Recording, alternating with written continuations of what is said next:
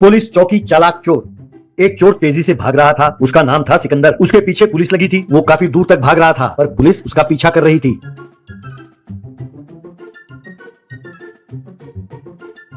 कुछ ही दूरी में एक नदी आई। नदी के किनारे जाकर सिकंदर एक लकड़ी के फट्टे पर जाकर खड़ा हो गया। पुलिस वाले भी उसका पीछा कर रहे थे और एसआई भी जाकर उसी फट्टे पर खड़ा हो गया। एसआई सिकंदर से, सिकंदर, तुम मुझसे बच नहीं सकते। मेरा नाम है रंजीत। मैं दूसरे पुलिस वालों की तरह नहीं हूँ। मेरा रूट ही सेपरेट है। चुपचाप अपने आप को मेरे हवाले कर दो। तब सिकंदर, अरे साहब, मैं भी कोई छोटा मोटा चोर नहीं हूँ। मैंने भी आप जैसे बहुत देखे हैं साहब। अगर आप में हिम्मत हो तो आगे बढ़िए और मुझे पकड़िए। आपको किसने रोका है? तब रंजीत, तुम क्या समझते हो मैं नहीं जानता तुम्हारा प्लान क्या है? अगर मैं आगे बढ़ा तो ये फट्टा पानी में गिर जाएगा। यही तुम्हारा प्लान है ना? कॉन्स्टेबल्स, तुम सब आकर इस फट्टे में खड़े हो जाओ। यूं कहा तब सब पुलिस वाले आकर उस पर खड़े हो गए।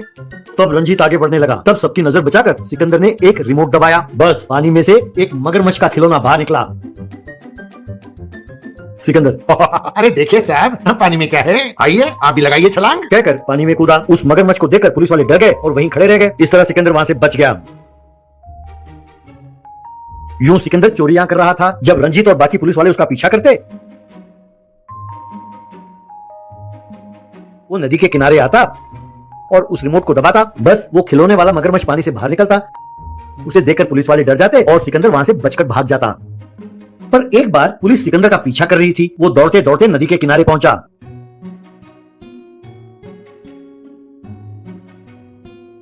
रंजीत ने तब सिकंदर को रिमोट को दबाते हुए देखा। वो समझ गया कि सिकंदर की चाल क्या है। इसलिए जब सिकंदर पानी में कूदा तब रंजीत भी उसी के पीछे पीछे पानी में कूदा और उसको धर दबोचा।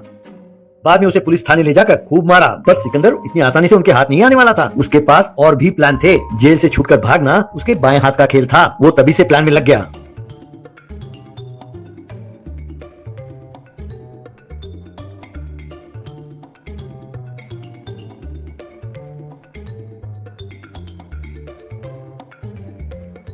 रंजीत सिकंदर को खूब मार के उसे पूछने लगा, सुन, हमें सच सच बता दे, तूने सारा माल कहाँ छुपा के रखा है? हमें उस सारे माल को जब्त करना है। हमें तुम्हारे खिलाफ केस भी तो दर्ज करना है। तब सिकंदर, अरे साहब, मैं आपको बता दूंगा कि वो माल कहाँ है, तो आप जाके उसे रिकवर कर लेंगे। ये सब तो ठीक है, पर कल जो चोरी हुई थी उसके खिलाफ केस कैसे दर्ज करेंगे साहब?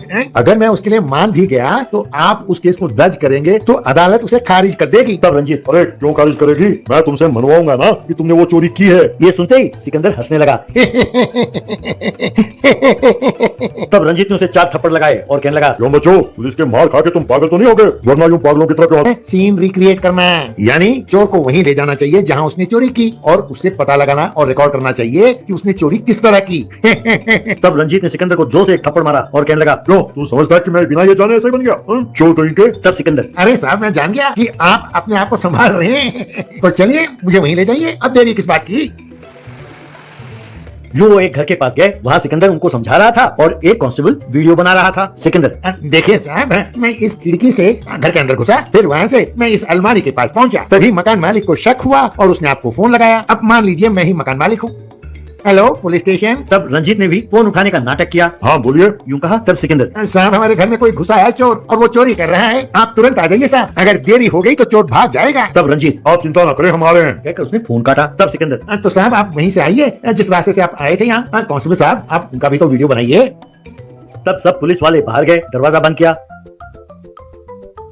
फिर दरवाजा खोलकर घर के अंदर सब आए, लेकिन वहाँ सिकंदर नहीं था। रंजीत परेशान होकर, अरे कहाँ गया ये?